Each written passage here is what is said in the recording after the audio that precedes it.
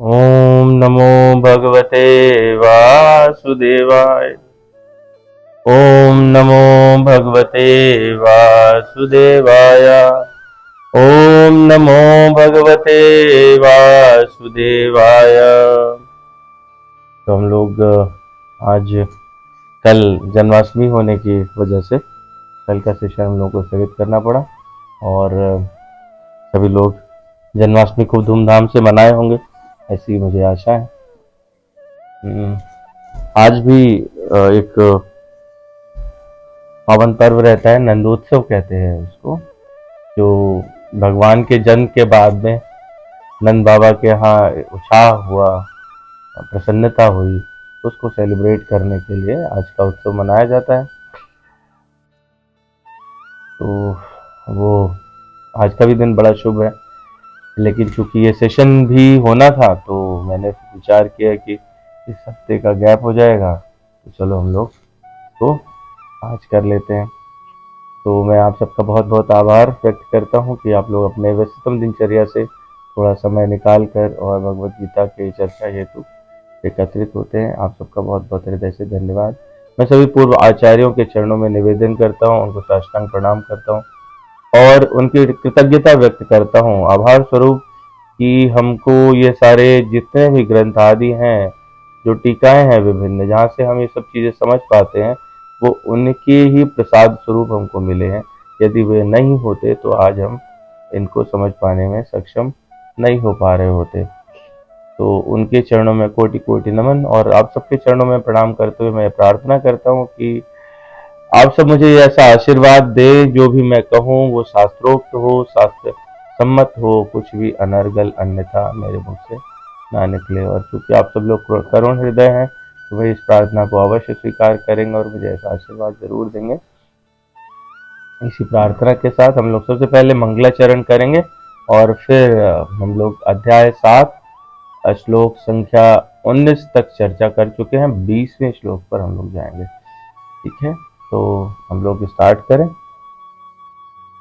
वर्णानामर्थसङ्घानां रसानां छन्दसामपि मङ्गलानां च कर्तारौ वन्दे वाणी विनायकौ भवानी शङ्करौ वन्दे श्रद्धा विश्वासरूपिणौ याभ्यां विना न पश्यन्ति सिद्धा स्वान्तस्तमीश्वरम् वन्दे बोधमयं नित्यं गुरुं शङ्कररूपिणम् यमाशितो हि वक्रोऽपि चन्द्रः सर्वत्र वन्दते सीताराम गुणग्राम पुण्यरण्य विहारिणो वन्दे विशुद्ध विज्ञानो कवीश्वर कपीश्वरो उद्भव स्थिति संहार कारिणीं क्लेशहारिणीं सर्वश्रेयस्करीं सीतां नतोऽहं राम वल्लभाम् वागर्थाविव सम्पृक्तौ वागर्थ प्रतिपत्तये जगता पितरौ वन्दे पार्वती परमेश्वरौ कर्पूर गौरम करुणावतारम संसार सारम भुजगेन्द्रहारम सदा वसंतम हृदयारविंदे भवं भवानी सहितं नमामि। ओम अज्ञानतिमिरान्धस्य ज्ञानाञ्जन शलाकया चक्षुरोन्मीलितं येन तस्मै श्रीगुरवे नमः। श्रीचैतन्यमनोभीष्टं स्थापितं येन भूतले स्वयं रूपा कदा मह्यं ददाति स्वपदान्तिकम्। वन्देऽहं श्रीगुरो श्रीयुतपदकमलं श्रीगुरून् वैष्णवांश श्रीरूपं साग्रजातं सहगण रघुनाथान्वितं तं सजीवम् साद्वैतं सावधूतं परिजन सहितं कृष्ण चैतन्य देवं श्री राधा कृष्ण पादान् सहगण ललिता श्री विशाखान्वितांश। हे कृष्ण करुणा सिंधु दीन बंधु जगतपते गोपेश गोपिका कांत राधा कांत नमोस्तुते। तप्त कांचन गौरांगी राधे वृंदावनेश्वरी वृषभानुसुते देवी प्रणमामि हरिप्रिये। वाञ्छाकल्पतरुभ्यश्च कृपा सिन्धुभ्यैव च पतितानां पावनेभ्यो वैष्णवेभ्यो नमो नमः। शांताकारं श्री कृष्ण चैतन्य प्रभु नित्यानंद श्री अद्वैत गदाधर शिवासादि गौर भक्त वृंद। हरे कृष्ण कृष्ण कृष्ण हरे हरे, हरे राम राम राम हरे हरे। शांताकारं भुजगशयनं पद्मनाभं सुरेशं विश्वाधारं गगन सदृशं मेघवर्णं शुभांगं लक्ष्मीकान्तं कमलनयनं योगविरध्यानगम्यं वन्दे विष्णुम्भवहरं सर्वलोकैकनाथं। यं ब्रह्मा वरुणेन्द्र रुद्रमरुतः स्तुवन्वन्ति दिव्यैस्तवैर्वेदैः साङ्गपदक्रमोपनिषदैर्गायन्ति यं सामगाः। ध्यानावस्थिततद्गतेन मनसा पश्यन्ति यं योगिनो यशान्तं न विदुः सुरासुरगणा देवाय तस्मै नमः। गुरुर्ब्रह्मा गुरुर्विष्णु गुरुदेवो महेश्वरा गुरु साक्षात् परब्रह्म तस्मै श्री गुरुवे नमः। ओम वेदाय गुरुदेवाय विद्महे परम गुरुवे धीमहि तन्नो गुरु प्रचोदयात्। ओम परम तत्वाय नारायणाय गुरुभ्यो नमः। ओम गुं गुरुभ्यो नमः। ओम गुरुभ्यो नमः।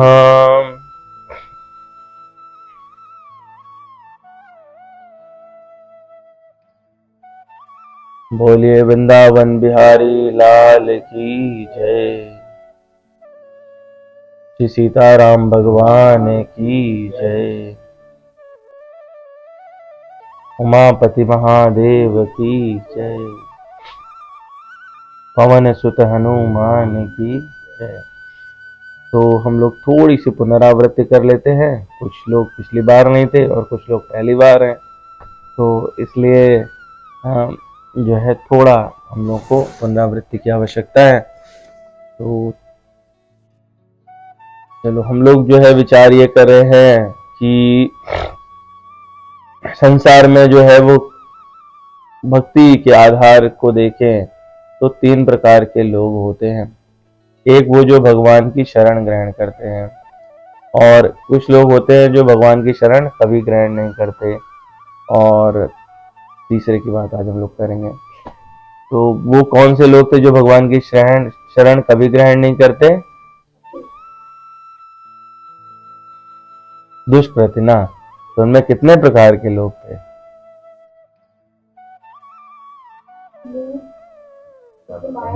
कितने एपिसोड में ये रिवाइज करवाऊंगा मैं, है ना? मूढ़ नरादम माया अपहत अज्ञान और आश्रम भावम आश्रिता। मतलब वो लोग जो मूढ़ हैं, जो नरादम है, जिनका ज्ञान माया द्वारा हर लिया गया है, और वो जो आसुरी स्वभाव के लोग हैं। ठीक है, तो ये हम लोगों ने देख लिया था ये कौन था। ठीक है, तो ऐसे ही हम में से काफी लोगों के स्वभाव हो सकते हैं। फिर हम लोगों ने देखा कि 4 सुकृति लोग हैं जो शुभ कर्म करने वाले हैं, जो भगवान का की शरण लेते हैं। तो वो कौन से थे? आर्त, जिज्ञासु, अर्थार्थी और ज्ञानी। फिर भगवान ने कहा कि इनमें से सभी लोग और अच्छे हो सकते हैं, शुद्ध भक्त बन सकते हैं, लेकिन मुझे ज्ञानी सबसे ज्यादा प्रिय हैं। क्यों प्रिय थे ज्ञानी?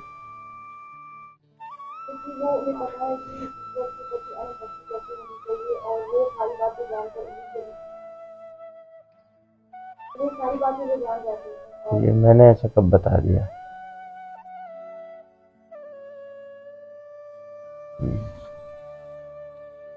मैं वो कोई भी चीज नहीं बोलता हूँ जो भगवान ने नहीं कही। जो कही उतने बोलता हूँ, उसके अलावा कुछ भी नहीं बोलता, क्योंकि अपने को कोई ज्ञान है नहीं।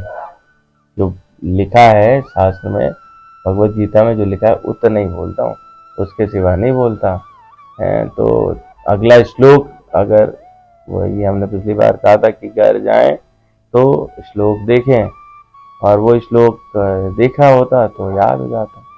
ठीक है, तो भगवान ने बोला कि ये चारों के चारों उदार हैं। क्योंकि चारों ही मेरे पास आते हैं, लेकिन मुझे सबसे ज्यादा जो प्यारा है वो ज्ञानी व्यक्ति है। ठीक है।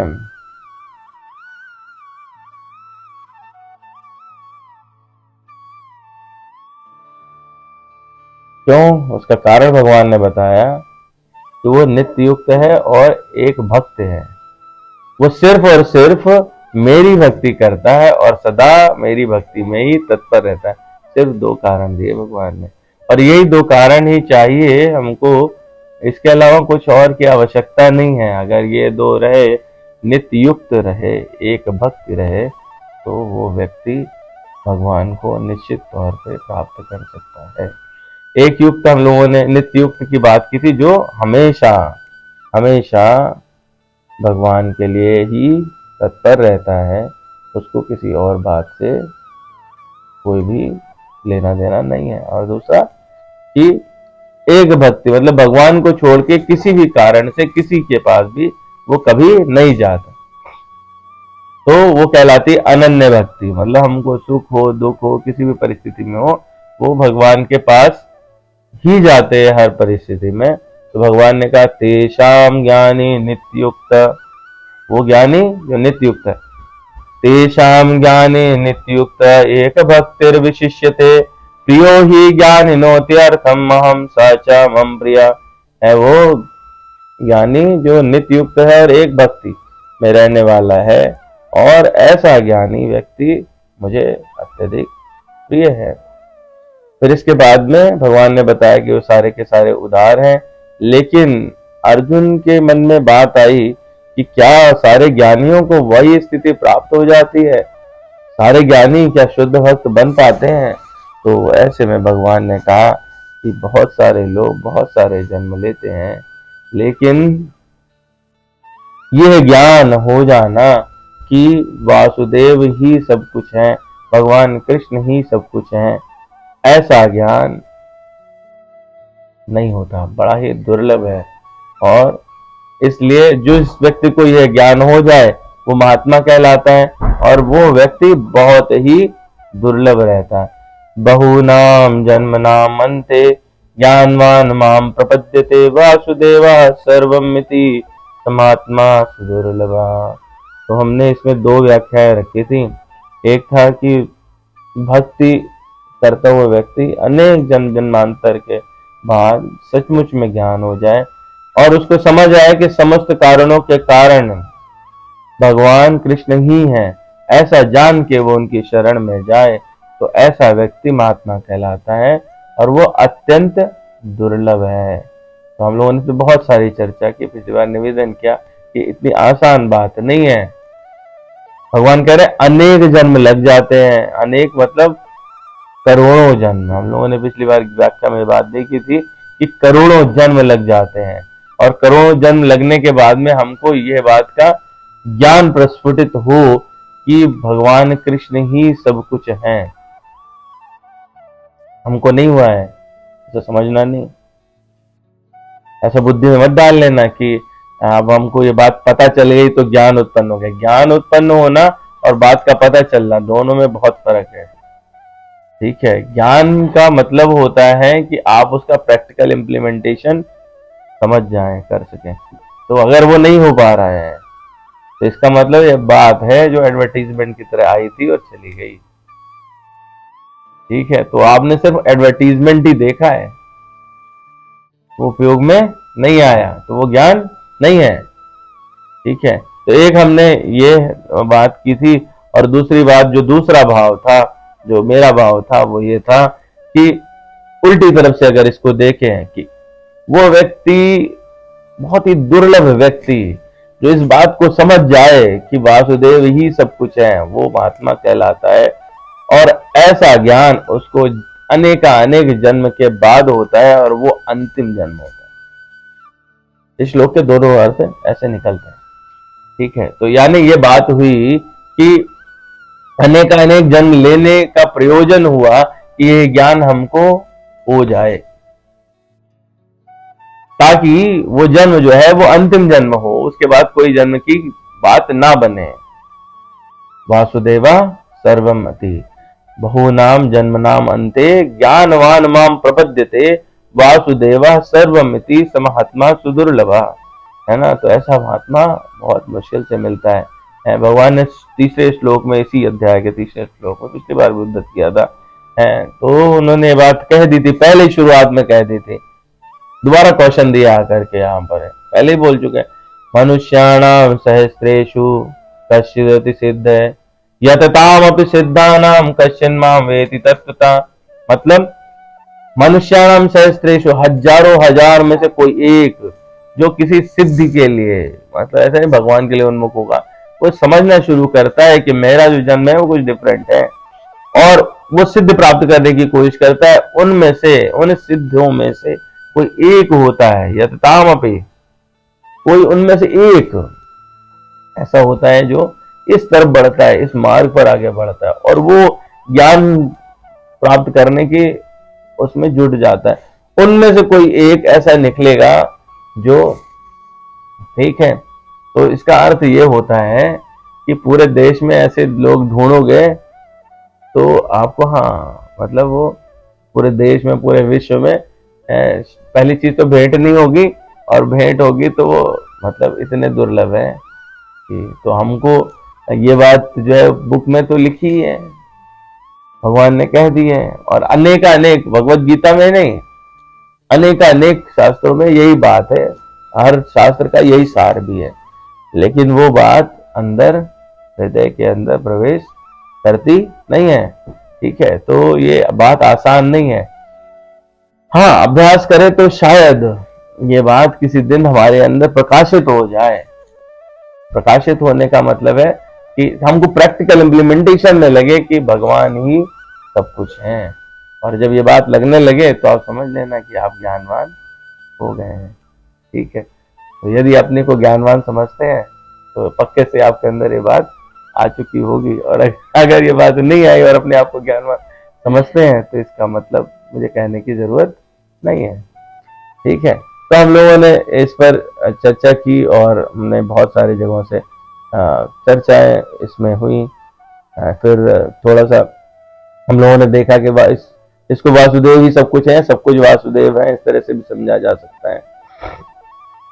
तो अब अर्जुन जो है वो मन में विचार कर रहे हैं कि एक हो गए कि जो आपकी शरण लें, एक हो गए जो किसी की शरण ना लें, आपकी कभी शरण ना लें, एक ऐसा भी हो सकते है कोई तीसरे भी महानुभाव जो किसी और की शरण ले लें। तो क्या कोई किसी और की भी शरण लेता है? तो शरणागति के आधार पर देखे तो व्यक्ति जो है वो 3 प्रकार के हो सकते हैं। तो हम लोग ये बात समझ गए ना। एक वो जो भगवान के शरणागत कभी नहीं होते, जिनमें हमने 4 कैटेगरी देख ली। ठीक, कौन से? ये सवाल इतनी बार पूछ लूंगा कि याद हो जाएगा बिल्कुल। वो कौन से जो भगवान की शरण कभी नहीं लेते? पहला क्या था? मूढ़। दूसरा नराधम। तीसरा माया अपहत अज्ञाना। चौथा आसुरम भावम आशिता। ठीक है, तो ये 4। फिर जो केवल भगवान की शरण, कहीं और जाएंगे ही नहीं, वो कौन है? आर्थ जिज्ञासु, अर्थार्थी और ज्ञानी। ठीक है, तो ये 4 हो गए, 4 वो हो गए, 4 ही हो गए। अब एक बहुत ही बेवकूफ टाइप के लोग होते हैं जो स्वार्थ के लिए किसी की भी शरणागति ले लेते हैं। ठीक है, जिनका अपना कोई जाति धर्म नहीं है। तो शरणागति भी सही और गलत है। जो भगवान की शरण लेते हैं वो सही शरणागति है, जो किसी की भी शरण ले लेते हैं वो गलत शरणागति है ना। जैसे पिक्चरों में सुनते हैं ना, बोले कि उन्होंने तो अपना ईमान बेच दिया है। ठीक है, तो ये ईमान बेचने जैसी बात रहती है।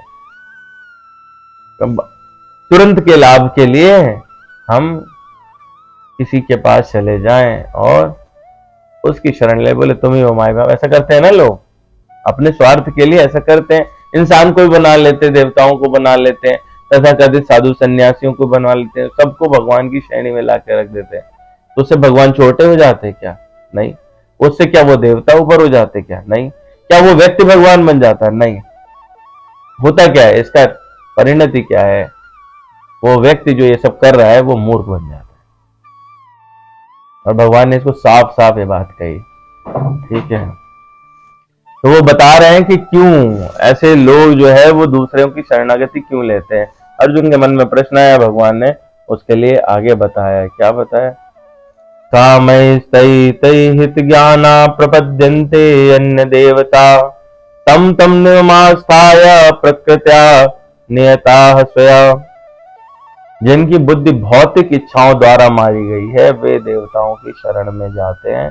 वे अपने अपने स्वभाव के अनुसार पूजा के विशेष विधि विधानों का पालन करते हैं। तो एक अलग कैटेगरी हो गई ना ये, कि जो कभी भी रामकृष्ण की शरण में नहीं जाते। वो उनके अलावा बाकी भगवान, मतलब भगवान का जो कॉन्सेप्ट है वो है हरि राम कृष्ण, ठीक है।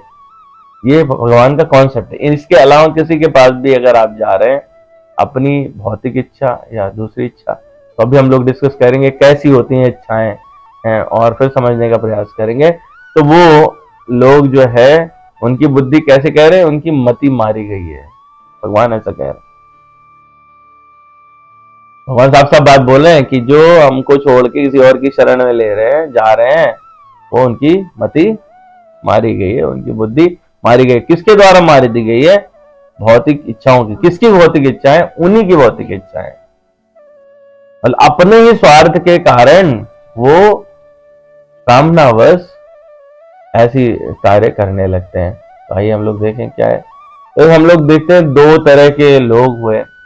एक जो शुद्ध भक्त बन गए, हम लोगों ने देखा था ना, है। तो शुद्ध भक्त कौन हुए? कि जो ज्ञानी बने और उसके बाद फिर भगवान की एक भक्ति यानी अनन्य भक्ति में लगे, नित्य रहे, और उन धीरे धीरे अपने को भौतिक कलमश से मुक्त कर लिया। भौतिक कलमश से मुक्त करने का क्या मतलब हुआ, ये हम बहुत चर्चा कर चुके हैं। ये हम लोग चौथे चैप्टर में, पांचवें में, छठे में और अब सातवें में आ गए।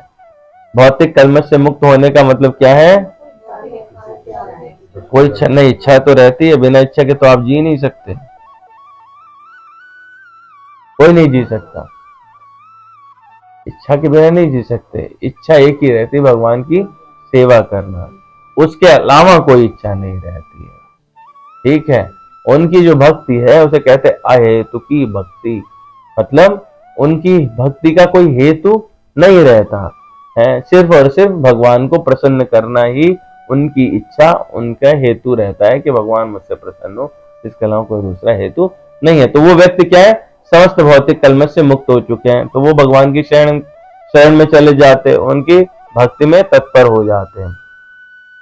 और कुछ लोगों के भौतिक कलमश अभी धुले नहीं है, तो स्वभाव से दिखावा तो करते हैं, हमारी तरह होते वो, तो दिखावा तो करते हैं कि हाँ भक्त हो गए, लेकिन स्वभावतः वो अभक्त हैं। अंदर से अभी कामना है ना, इच्छा है, कलमश गया नहीं, तो वो अभक्त हैं। तो जो लोग इच्छाओं के, लेकिन हाँ इसमें एक और बात है, भौतिक इच्छाओं के होते हुए भी भगवान की तरफ उन्मुख हुए, वो भगवान की बहिरंगा प्रकृति यानी माया के द्वारा आकृष्ट नहीं होते। जो भगवान की शरण ले ले, मतलब मान लो कोई बच्चा है, वो पापा जी के पैर पकड़ के लटक गया,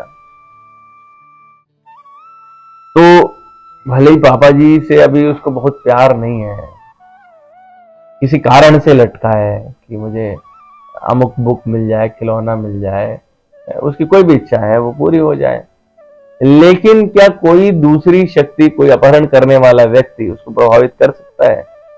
नहीं, है ना। लेकिन पापा जी को छोड़ के उसे किसी दूसरे, जो अंकल जी जा रहे थे अच्छी सी आइसक्रीम बेचने वाले, उनके पैर पकड़ के लटक गया, तो क्या होगा? आइसक्रीम मिल जाएगी, और कोई उठाने लेने वाला होगा तो झोली में लेके चला भी जाएगा, चला जाएगा ना। तो यही फर्क है, यही फर्क है। तो यही बात कह रहे हैं कि वो बहिरंगा प्रकृति द्वारा आकृष्ट नहीं होते। बाहर का कोई भी लोग उन्हें देता रहे, पापा जी का पैर पकड़ा हुआ ना, तो वो कहे कि आओ बेटा हम तुम्हें ले जाते हैं, खिलौना दिला लाते हैं, तो पहले तो पापा जी उसे पटक के मारेंगे, ठीक है। और बच्चों को भरोसा है कि हमें जो मिलना है इन्हीं से मिलना है, किसी और से मिलना नहीं है। तो क्योंकि वे सही उद्देश्य की ओर अग्रसर होते हैं, अतः वे शीघ्र ही शारीरिक भौतिक कामेक्षाओं से मुक्त हो जाते हैं। भागवत पुराण में एक श्लोक है, अकामा सर्व कामो व मोक्ष कामा उदारदी तीव्रेण भक्ति योगेन यजेत पुरुषम परम। मतलब अकामा सर्व कामो वा, चाहे बिना काम के, बिना काम मतलब बिना कामना के, निष्काम, या सारी कामनाओं से भी, आप दोनों में ही, या फिर आपको मुक्त की इच्छा है, ऐसे लोग, ऐसी जिनको भी इच्छाएं हैं, वो बड़ी बुद्धि वाले लोग होते हैं। कौन? जो भगवान की पूजा करके उन्हीं से सब कुछ मांगते हैं। उनकी बुद्धि उदार बुद्धि वाली कहलाती है। हम लोगों ने पिछले उदार के समय में यह बात चर्चा की थी कि वो भगवान के पास जाते हैं। तो इस कैसे ये मतलब जो चीज चल रही है ये हो कैसे रही है, इसका प्रोसेस क्या है? प्रोसेस है, पहले मन में इच्छा हुई, कामना आई, ठीक है। कामना से फिर क्या हुआ कि कामना तो सबके पास होती है, आपके पास भी है, पशुओं के पास भी है, ठीक है। 4 बेसिक कामनाएं तो सबके पास हैं। कौन कौन सी हैं? हम लोगों ने पहले ही इस चैप्टर की शुरुआत में बात की है। एक मनुष्य और एक पशु में क्या कॉमन है?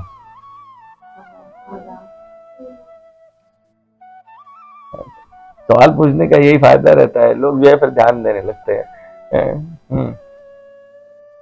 आहार, निद्रा, भय और मैथुन। आहार, निद्रा, भय और मैथुन ये कॉमन है। ये मनुष्य में और पशु में एक बराबर है। अगर कोई मनुष्य ये सिर्फ आहार, निद्रा, भय और मैथुन में ही लगा है, उसके अलावा कुछ और नहीं कर रहा है, कुछ और मतलब भगवान की स्तुति नहीं कर रहा है, तो वो वस्तुतः पशु ही है। सिर्फ उसके पूंछ नहीं और सींग नहीं है, इतना ही फर्क है, वो पशु ही है।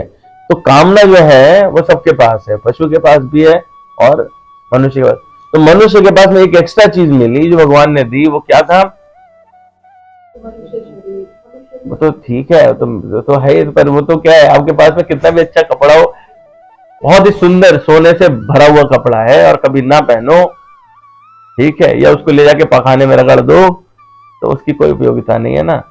तो वो एक चीज क्या है कि सोने के कपड़े को आप कैसे यूज करो, ये विवेक, बुद्धि नहीं, विवेक। बुद्धि उनके पास भी है। घास मिले गधा भी चर लेगा, बुद्धि है ना, ठीक है, पर उसको घास चरने भर की बुद्धि है। विवेक ये होता है कि ये वाली घास जो है वो हमारे लिए नहीं है, ये सिर्फ आर्टिफिशियल है, ये डेकोरेशन के लिए लगाई गई है, और ये वाली घास हमारे चरने के लिए। और किसी गधे में ऐसी बुद्धि देखी आपने? नहीं। किसी दूसरे जानवर में नहीं, ठीक है।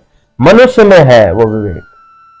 तो विवेक जो है वो आपको उस कामना को हमें प्राप्त करना है या नहीं करना है ये डिसाइड करने के लिए मौका देता है। लेकिन वो कामना यदि प्रबल हो जाती है तो क्या होता है, आपका विवेक आच्छादित हो जाता है, विवेक को कोई घेर लेता है, विवेक उसके द्वारा दबा दिया जाता है, उसको कवर कर लेता है, और वो फिर क्या होगा, फाइनली अपने स्वभाव के परवश हो जाता है।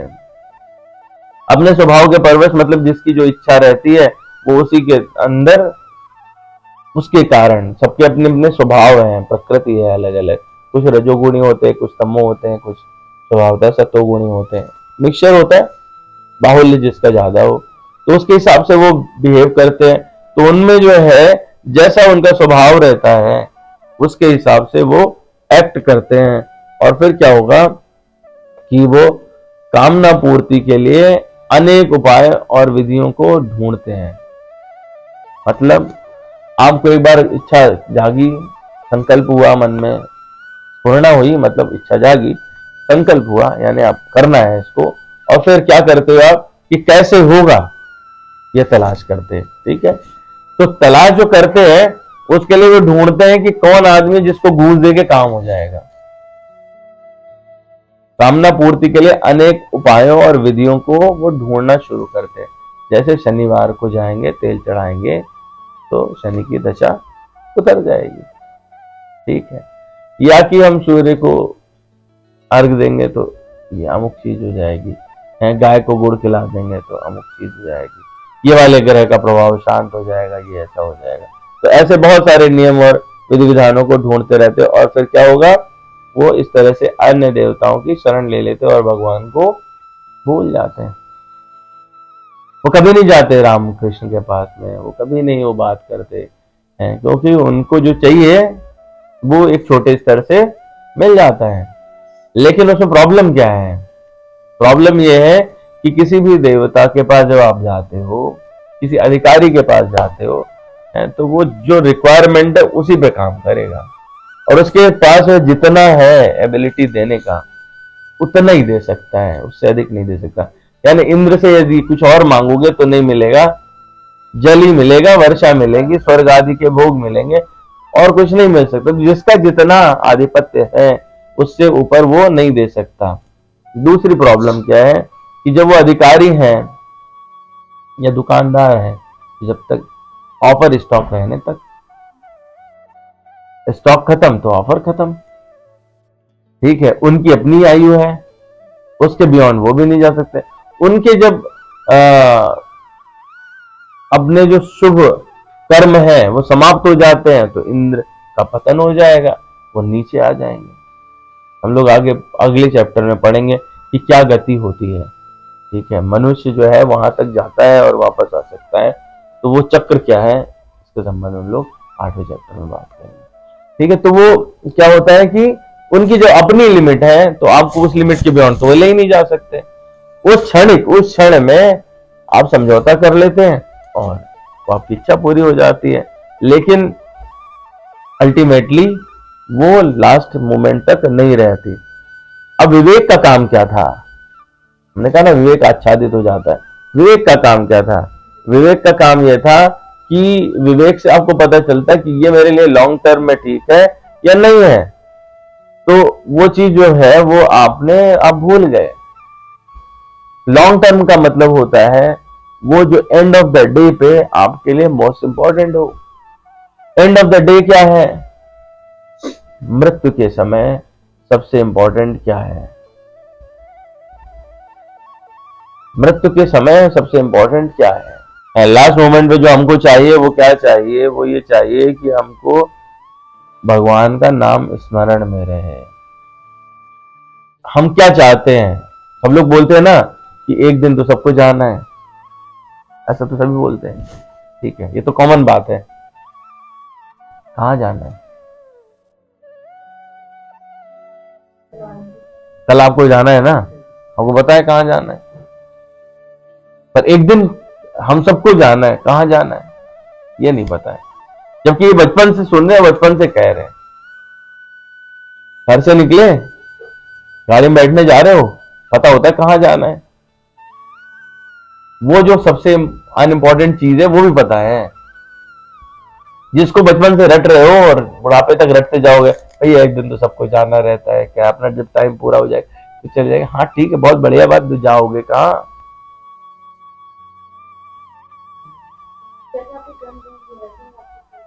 हाँ तो ये बात जो ये विवेक है वो कहाँ रहता है। और दूसरी बात है कि हम क्यों नहीं तय कर रहे कि हमको कहाँ जाना है। आप तय करोगे, भगवान क्यों तय करेंगे। हाँ तो आप अपने कर्म ऐसे करो ना, तय कौन कर रहा है, आप ही कर रहे हो।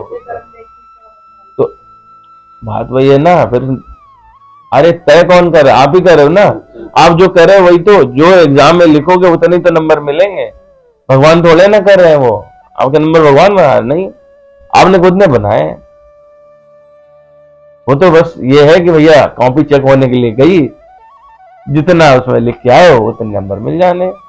तो कौन तय किया है इसको, स्वयं ने किया। पूरे जीवन जो है अगर आप उसको व्यर्थ करते रहे तो उसमें गलती किसकी है, खुद की है। हमने कभी इस बात पे विचार ही नहीं करा।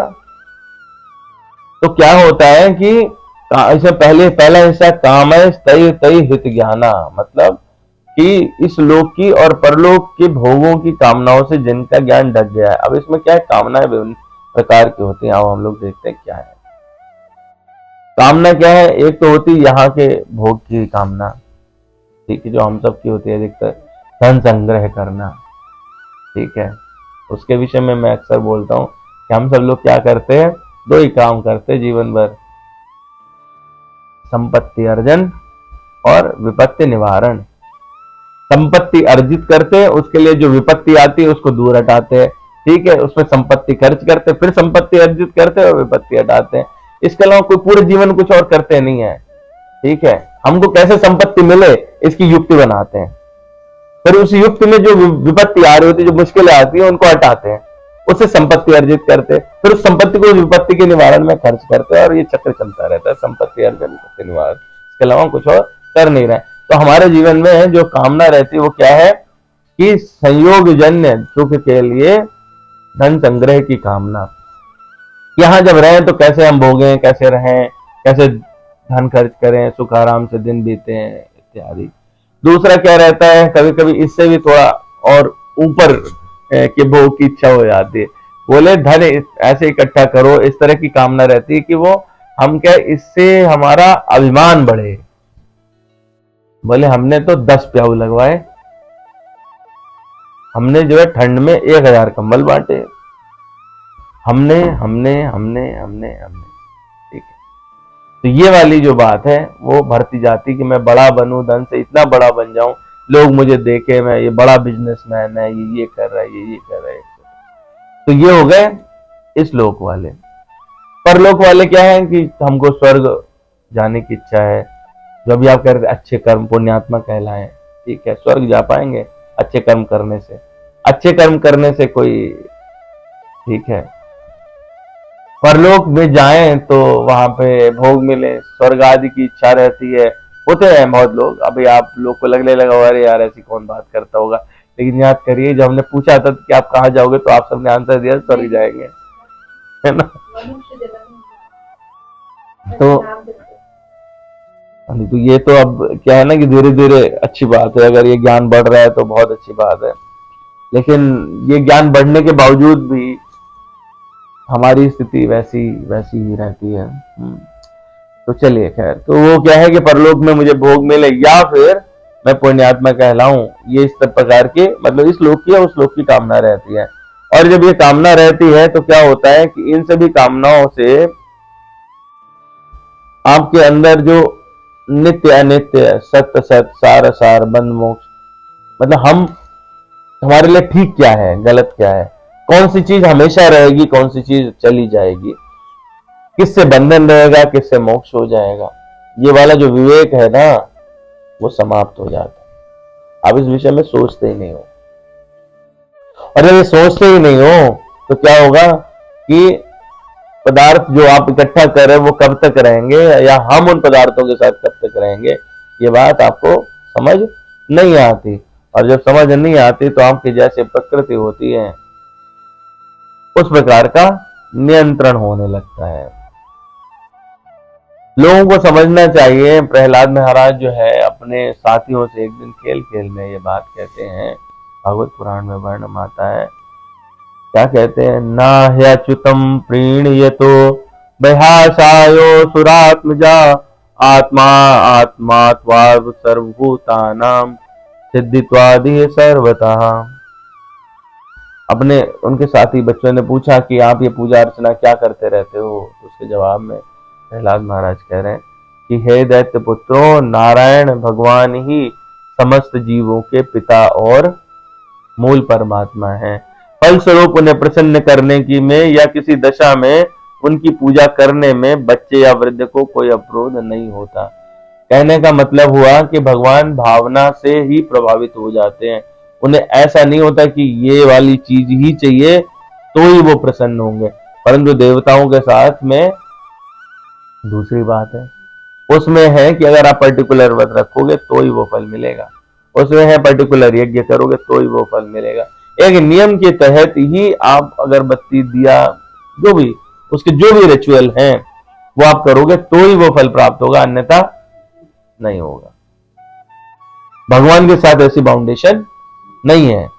ठीक है, तो क्या होगा कि जैसा आपका स्वभाव हुआ आप उसके हिसाब से एक्ट करने लगते हैं और अपने स्वभाव के वश में होने लगते हैं, और अपने स्वभाव के वश में होने लगेंगे तो आप अपनी कामना पूर्ति के लिए अनेक उपायों को ढूंढेंगे। उसमें क्या नियम है, क्या क्या करना चाहिए, कौन सा दिया जलाना चाहिए, कौन से जानवर को रोटी खिलाए, काला कुत्ता ढूंढ के उसे अंधेरे में रोटी खिलानी चाहिए, ऐसे बहुत सारी चीजें वो आप करते हैं। और इनके लिए फिर क्या होगा, प्रपद्यन्ते अन्य देवता, वो बहुत अनेक अनेक देवताओं की शरण में जाना शुरू कर देते हैं। ठीक है, और कई बार तो जो है अपने आप देवता बना लेते हैं, नहीं हुए तो देवता बना लिए। ठीक है, ऐसे बहुत सारे एग्जाम्पल हैं, आपको पता है, बहुत सारे इस तरह के ऑर्गेनाइजेशंस बन गए, बहुत सारे मंदिर तक क्रिएट हो गए जिनका शास्त्रों में कोई जिक्र नहीं है, ऐसे भी देवता क्रिएट हो गए। तो लोग फिर, अब जब जिनका कोई जिक्र नहीं है यदि आप पूजा करो, मतलब ये बिल्कुल वैसा हुआ जैसे वो फेक वाले बहुत बार आपको कॉल करते हैं ना, बोले कि सर आपके नाम पे ना वो क्रेडिट कार्ड इशू हो रहा है, या आपका एक गिफ्ट वाउचर निकला है, उसके लिए बस आपको ओटीपी शेयर करना है, और उसके बाद में तो पता चलता है कि गिफ्ट वाउचर तो मिला नहीं और जो था वो भी साफ हो गया। ठीक है, तो ये उन लोगों के साथ में यही स्थिति होती है जिनका कहीं कोई वर्णन नहीं है, जो संविधान में नहीं है, जिसने एक वैधानिक तरीके से अपना कार्य नहीं किया है, तो उससे आपको क्या होगा, फायदा होगा क्या, तो कोई लाभ नहीं होने वाला। कभी कभी होता है ऐसा कि जैसे हम ने किसी में आस्था रख ली और उनको भगवत स्वरूप माना, तो भगवान हेल्प करते हैं सही रास्ते पे आने के लिए, लेकिन अल्टीमेटली अगर आप उसी बात को फॉलो करते रहते हैं तो आपको 100% नुकसान होता ही। बिल्कुल वैसे ही है जैसे, या दूसरा भी हो सकता है, कई कई बार ऐसा भी रहता है, बहुत सारे प्रपंच होते हैं, रामचरितमानस ऐसे बहुत वर्णन है कि क्या है कि वो आपको उस मार्ग पर आगे बढ़ाते हैं लालच दे दे के, जब आप फंस जाते हो, जैसे कि क्रेडिट कार्ड और इसकी बात कर रहे थे, उसके बाद फिर आपका जो भी रहता है वो सब हरण कर लिया जाता है। ठीक है, तो इसलिए सावधान रहना चाहिए। जो भी उन्हीं देवताओं की अगर कोई कामनावश, पहली चीज तो करनी नहीं चाहिए। ठीक है, भगवान राम या भगवान कृष्ण के अलावा ध्यान देना ही नहीं चाहिए। अगर दे भी रहे हैं तो कुछ लोग रहते हैं ना अधिष्ठाता होते, जैसे माता दुर्गा है, हनुमान जी हैं, भगवान शिव हैं, तो मुझसे प्रश्न कर सकते हैं आप गणेश जी कि हम इनके पास नहीं जाएं क्या, आवश्यकता है नहीं। घर में अगर मुखिया मौजूद हो और सारी चीजें वही डिसाइड करता हो तो बेस्ट क्या रहेगा, मुखिया के पास जाएं। कई बार होता है हमारी हिम्मत ना पड़े, ठीक है, तो ये तब होता है जब मुखिया जो है बहुत ही कठोर हो, यहाँ तो ऐसी बात नहीं है, फिर भी चलो हमने मान लिया, तो हम लोग ऐसा कर सकते हैं कि मम्मी से कह दिया थोड़ा, है ना, तो इस चीज के लिए जा सकते हैं। भगवान बहुत प्रसन्न होते हैं यदि कोई भगवान शिव से यह प्रार्थना करे कि मेरी भक्ति सुदृढ़ हो जाए, मुझे राम कृष्ण में प्रीति हो जाए, तो भगवान शिव को भी उतनी प्रसन्नता हो, क्योंकि जब बहुत ही प्रेमी होता है ना कोई किसी का, है तो बोले हम तो इसको वही भेजना है, ये वही मांग भी रहा है, तो मतलब उसकी खुशी तो दुगनी हो जाएगी। माँ दुर्गा जो है पूरी व्यवस्था करती हैं जहां आप रहते हो, तो अगर आप उनसे कहो कि मुझे जो इसके मालिक है उनसे मिल रहा है, she will be very happy, isn't it. लेकिन आप उसके अलावा कुछ और मांगते हो तो जो यहाँ पे व्यवस्था है वो तो उनके हाथ में है ना, बोले अच्छा ठीक है आइसक्रीम चाहिए चलो दे देते हैं, लेकिन अल्टीमेटली उनको पता है कि you are going to harm yourself, you will create sore throat, you will suffer from fever and that will be a circle, it's like that. तो यहाँ पर क्या कहा उन्होंने, उनका प्रपद्यन्ते अन्य देवता, मतलब दूसरे देवता, यानी अन्य देवता कहने का मतलब क्या हुआ, देवता जो है वो मुझसे अलग है, पृथक है। ठीक है, साफ साफ बात हो रही है यहाँ पर, ये कंफ्यूजन बिल्कुल मन में नहीं रहना चाहिए। आप अभी जो कह रहे थे वही बात कह रहा हूँ मैं, ये मन में बिल्कुल कंफ्यूजन नहीं रहना चाहिए कि देवता जो है वो भगवान है। भगवान की वजह से सब में भगवान विस्तार करके हैं, लेकिन मूल रूप से वो चीज नहीं है, क्योंकि उनकी जो अवस्था है वो आपसे कोई बहुत बेहतर नहीं है। किसी एक अधिकारी को कुछ मिल जाए, मान लो आरटीओ है तो उसको मिल गया ना अधिकार कि आपका डीएल वो निरस्त कर सकता है या आपको डीएल दे सकता है, कुछ नियम है जिनको फॉलो कराना है, तो वो वहां तक उसका अधिकार है। लेकिन अगर आप उससे सोचो सब कुछ मिल जाएगा तो मिलेगा क्या? नहीं मिलेगा। ठीक है, और एक दिन ऐसा आएगा वो रिटायर हो जाएगा। तो बिल्कुल ऐसी पोजीशन देवताओं की है। इसलिए आगे जो है हम लोग अभी पढ़ेंगे 23वें श्लोक में, वहां पे अंतवत्तु फलम तेषाम, उनके फल का अंत होने वाला है। तो अभी हम लोगों ने एक श्लोक पे चर्चा की, वही श्लोक सामने है। अकाम सर्व कामो व मोक्ष काम उदारधीय तीव्रेण भक्ति योगेन यजेत पुरुषम परम। जिस व्यक्ति की बुद्धि व्यापक है, उदार है, वो चाहे सकाम हो या निष्काम अथवा मुक्ति का इच्छुक हो, उसे चाहिए कि सभी प्रकार से परम पूर्ण परमात्मा भगवान की पूजा करें। ठीक है, तो इस पर जो है वो गोस्वामी तुलसीदास जी का क्या मत है, आइए हम लोग थोड़ा समझने का प्रयास करते हैं। बहुत देर से शुष्क चल रहा था डिस्कशन, उसे थोड़ा सा गीला बनाते हैं। ठीक है, प्रकरण क्या है? प्रकरण है कि भगवान राम जा रहे हैं मिथिला के लिए, और अब उन्होंने ताड़का का वध कर दिया है उधर से निकलते हुए। तो वहां पर एक शिला पड़ती है, एक पत्थर है, पत्थर की मूर्ति है, और वो गौतम की स्त्री अहल्या है। ठीक है, तो वहां पर गोस्वामी जी जो लिख रहे हैं कि उनको छुआ और वो छूते ही नारी बन गए। यह भांति सिधारी गौतम नारी बार बार हरि चरण परी। क्या हुआ? सिद्ध हो गई ना। तो वो बार बार भगवान के पैर पकड़ रही। जो अति मन भावा सो बर पावा दैपति लोक आनंद भरी। जो मेरे मन को चाहिए था वैसा ही मुझे वर मिला। पति ने इनको श्राप दिया था कि तू चला हो जा, ठीक है ना, लेकिन वो श्राप जो है आज उनके लिए वरदान स्वरूप हो गया। तो वो ऐसी बात करें, कह रहे अस प्रभु दीन बंधु हरि कारण रहित दयाल तुलसीदास सटते ही भजु छाड़ कपट जंजाल। जिस प्रकार के भगवान हैं उनको, हमको सारे जंजाल को छोड़ के गोस्वामी जी कहते हैं कि उनका भजन करना चाहिए। सुंदर कांड में भी बिल्कुल ऐसी बात कही उन्होंने। अस प्रभु छाण भजहि जे आना ते नर पशु बिन पूछ बिछाना। समझ गए बात को? भगवान राम को छोड़ के किसी दूसरे की जो पूजा करते हैं वो कैसे हैं मनुष्य?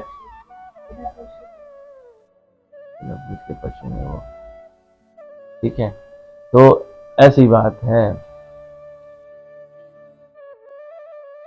दोनों बातें हम लोगों ने कर ली हैं और बहुत ही सुंदर प्रकरण है। एक बार थोड़ा सा हम लोग गा लेते हैं इसको।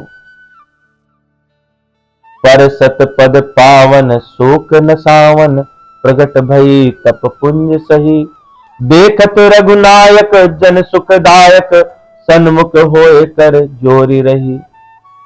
जैसे भगवान ने हुआ है सारे शोक सारा दुख चला गया उनका, और कैसी हो गई? तपपुंज की तरह, जैसे कोई तपस्वी रहती है वैसी। ठीक है, भगवान के छूते ही तपस्विनी प्रकट हो गई। देखत रघुनायक जन सुखदायक, भगवान राम को देखते हैं और वो इतना सुख हो रहा है, उनके हाथ जोड़ के सामने खड़े हो जाते हैं। अति प्रेम अधीरा पुलक शरीरा मुख नहीं आवे बचन कही। इतना मन में प्रेम भर गया, पूरा शरीर पुलकित हो गया है, सारे लोहे खड़े हो गए और मुख से आवाज निकल नहीं रही है।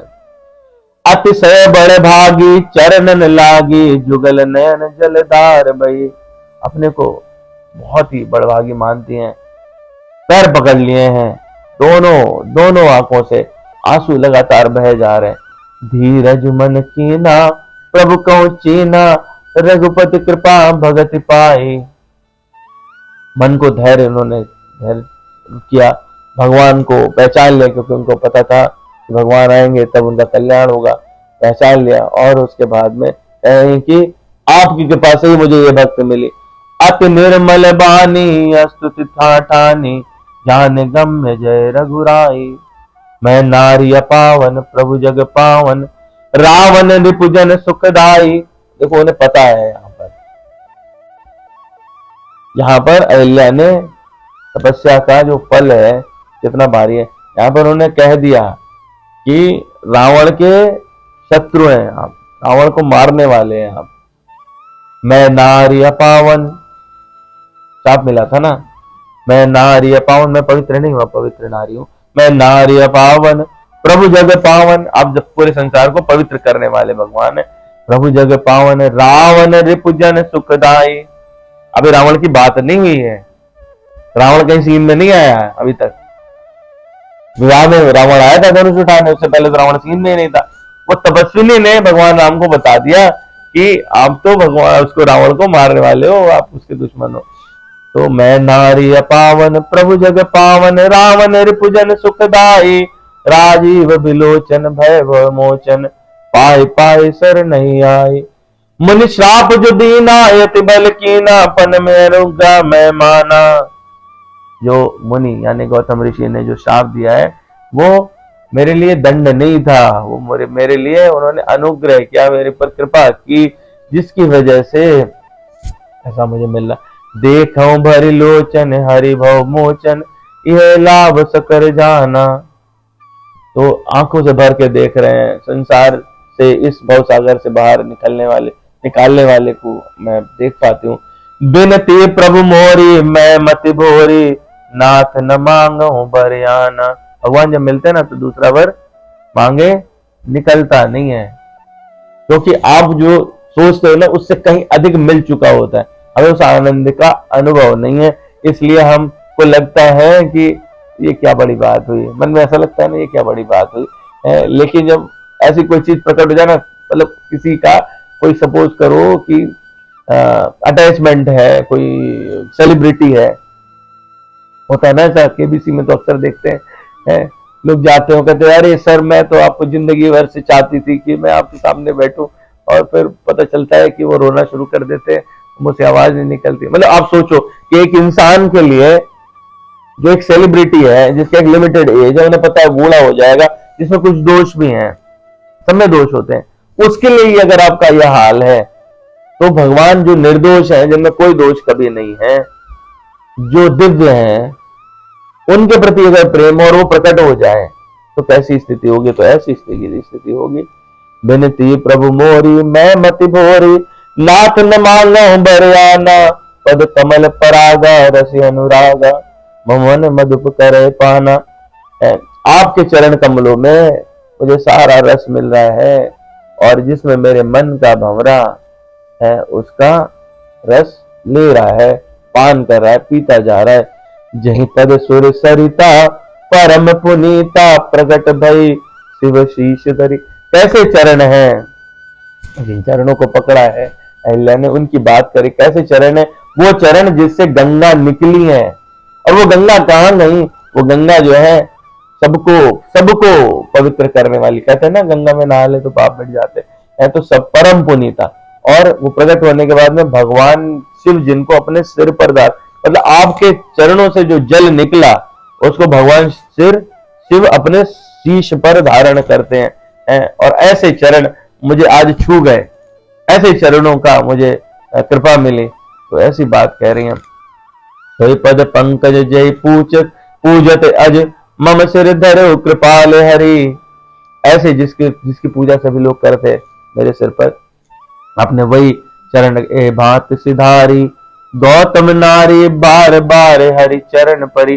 पूरे में आप देखो ना तो चरण चरण चरण चरण चरण चरण ही चल रहा है, ठीक है, ऊपर की तो बात ही नहीं कर रहे। तो मतलब जो भगवान के चरण रज है, चरण की धूल है, उसका प्रभाव इतना ज्यादा है, उतने से ही हे भात सिधारी गौतम नारी बार बार हरि चरण परी जो अति मन भावा सो बर पावा जय पति लोग आनंद भरी।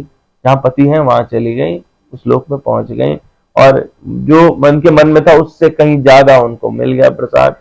तो गोस्वामी जी इस पूरे जो अहिल्या जी का प्रकरण है वो कह रही है, उसका गोस्वामी जी क्या कहते हैं। अस प्रभु दीन बंधु हरि कानन रहित दयाल तुलसीदास सट ते भजू छाड़ कपट जंजाल। यार हे मूर्ख तुलसीदास, अपने को मूर्ख कहा है उन्होंने कि सारे जंजालों में कहाँ लगा हुआ है, वो छोड़ करके ऐसे दीन बंधु जो सब पर दया करने वाले, जो गरीबों पे भी दया कर देते हैं, और कारण रहित दयाल, जिनको किसी कारण की आवश्यकता ही नहीं है, मेरी पूजा क्यों कर रहा है, ठीक है, जैसे बाकी तो हेतु ढूंढ रहे ना, तो ऐसे भगवान उनको छोड़ करके यदि कोई चला जाता है तो किस तरह की बात होती है।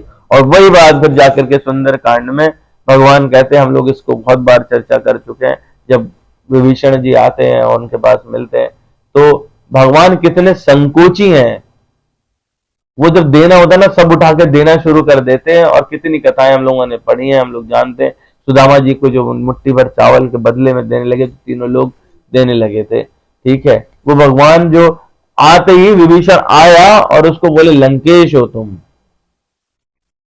उसका पहला संबोधन ही लंकेश से किया है भगवान ने, बाद में तिलक दिया है, बाद में लंका का राज्य दिया है, पहले ही आते ही जैसे बोले सुन लंकेश सकल गुण तोरे, ताते तुम्हें अतिशय प्रिय मोरे, राम बचन सुन बानर जूता, सकल कहे जय कृपा बरूता, तो सुन लंकेश सकल गुण तोरे, पहले ही उसको लंकेश बोल दिया। मतलब वो व्यक्ति जिसने बस सोच लिया मन में कि जाऊंगा भगवान की शरण लूंगा, सोचा है, सोचने से उसको पूरी लंका दे दी उन्होंने। अब जो शरण ले रहा है तो उसके बाद तो बाकी चीजें दे ही रहे, और कितना संकोच आएगा। सुनत विभीषण प्रभु कह बानी, नहीं अगात शवनामृत जानी, पदे अम्बुज गए बारह, पदे अम्बुज, यहाँ पे भी चरण की बात थी ना, यहाँ पे भी चरण की, चरण पकड़ने भगवान के, पदे अम्बुज गए बारह बारा, हृदय समात न प्रेम अपारा, सुनो देव सचराचर स्वामी, प्रणत पाल और अंतर जामी। अब बताएंगे लंकेश देखो, और कछु प्रथम बास ना रही, प्रभु पद प्रीति सरित शोभही, कह रहे हैं कि मेरे अंदर पहले लंका का राज्य पाने की इच्छा थी, पर आपको देख करके वो इच्छा भी समाप्त हो गई है, अब वो नहीं है। और भगवान ने तो उनकी इच्छा, अंतर्यामी हो तो जानते हैं किसके हृदय में क्या है, सब में परमात्मा है तो जानते हैं, उन्होंने जैसे ही वो दिखाई दे बोले लंकेश आओ, पहले ही उन्हें लंकापति बना दिया, ठीक है। तो ऐसे भगवान है। फिर आगे क्या कहते हैं, और कृपाल निज भगत पावनी, देव सदा शिव मन भावनी, वो जो भगवान शिव को प्रिय है वो वाली भक्ति मुझे आप दो। अब नहीं चाहिए राज्य, अब लंका नहीं चाहिए। भगवान का जब दर्शन हो जाता है, जब आपको उनके चरण मिलते हैं तो आपको किसी प्रकार की कोई कामना नहीं रहती, कामना रहित हो जाते हैं, तो आपका ज्ञान जो है वो कामना द्वारा आच्छादित नहीं हो सकता। एवं मस्तु कह प्रभु रणधीरा, मांगा तुरत सिंधु कर नीरा, जदपि सखा तब इच्छा नाही, मोर दर्शु अमोघ जग माही। आप मान लिया मैंने कि कोई इच्छा नहीं है तुम्हारी अब, लेकिन मेरा दर्शन अगर आपने किया है तो कुछ तो मिलेगा। अस कहे राम तिलक तई सारा, सुमन भ्रष्ट नव भई अपारा।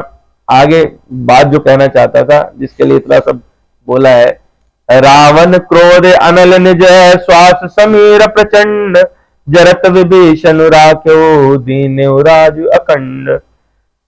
भगवान क्या कह रहे, जो संपत्ति शिव रावण दीन दिए दस मात, सोई संपदा विभीषण सकुच दीन रघुनाथ।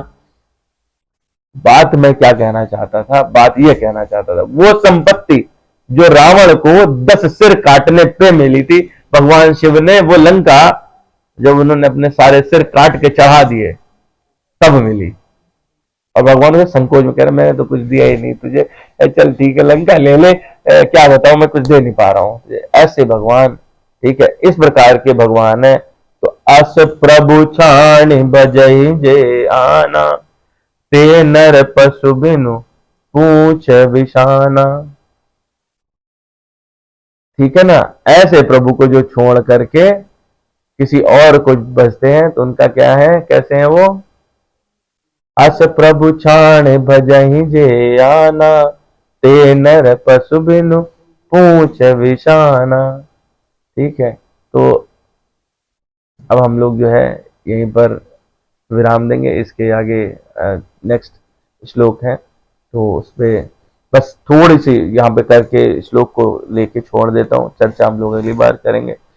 सुंदर श्लोक है। मेरा जो सेकंड पार्ट था जो मैंने डाला था कि उनके साथ अब शरणागति जिन्होंने ले ली देवताओं की, तो भगवान उनके साथ क्या बुरा करने वाले हैं? भगवान बता रहे हैं यहाँ पे। इस पर हम लोग चर्चा करेंगे, उनके साथ क्या करेंगे। यो यो याम याम तनुम भक्ता श्रद्धयार्चितुम इच्छति तस्य तस्याचलाम श्रद्धाम तामेव विदधाम्यहम्। मैं प्रत्येक जीव के हृदय में परमात्मा स्वरूप स्थित हूँ। अभी बताया था भगवान तो है। जैसे ही कोई किसी देवता की पूजा करने की इच्छा करता है, मैं उसकी श्रद्धा को स्थिर कर देता हूँ, जिससे वह उसी विशेष देवता की भक्ति कर सके। तो आपकी परिणति कहां पर है, किस चीज से होती है? आपकी इच्छा से। आपने जिस देवता को पूजने की इच्छा की, भगवान ने उसमें उसको स्थिर कर दिया। ठीक है, तुझे इसी के मजे लेने, तू लेता रहे। इच्छा ठीक रखो। इच्छा ठीक रखोगे तो भगवान आपकी बुद्धि को भी ठीक जगह स्थिर करेंगे। ठीक है, इसलिए अब अपने को कई बार होता है ना कि जब पता नहीं होता तो क्या करते हैं हम लोग घर में, हमारे पेरेंट्स से पूछते हैं ना, पापा जी कौन सा सब्जेक्ट लूं? ठीक है, वैसे तो मेरा इंटरेस्ट मैथ में बहुत था, लेकिन नंबर तो आए 40। और बायो मुझे बिल्कुल अच्छी नहीं लगती थी, उसमें भी 40। पापा जी बोलते हैं कि बेटा तू तो ना आर्ट्स ले ले, चक्कर मत पड़। ठीक है, तो बिल्कुल ऐसी बात है। जब हम क्या है अपनी इच्छा भी समर्पित कर दें, हम क्या है मुझे नहीं पता कि मुझे क्या चाहिए। सच में बच्चों को क्या चाहिए उसे पता नहीं होता, पेरेंट्स को पता होता है। लेकिन तो अपने पेरेंट्स से प्रार्थना करनी चाहिए हमको कि मुझे नहीं पता मुझे क्या चाहिए, मेरे लिए क्या हितकर है, क्या कल्याणकारी है। भगवान तुमको तो सब पता है, तुम्हें पता है कि मेरे लिए क्या सही है। तो मेरे लिए जय विधिनाथ हो यही तमोरा, करहूं सुबेगी दास मैं तोरा। बस सिंपल। जय जय श्री सीताराम, जय जय श्री सीताराम, जय जय श्री सीताराम।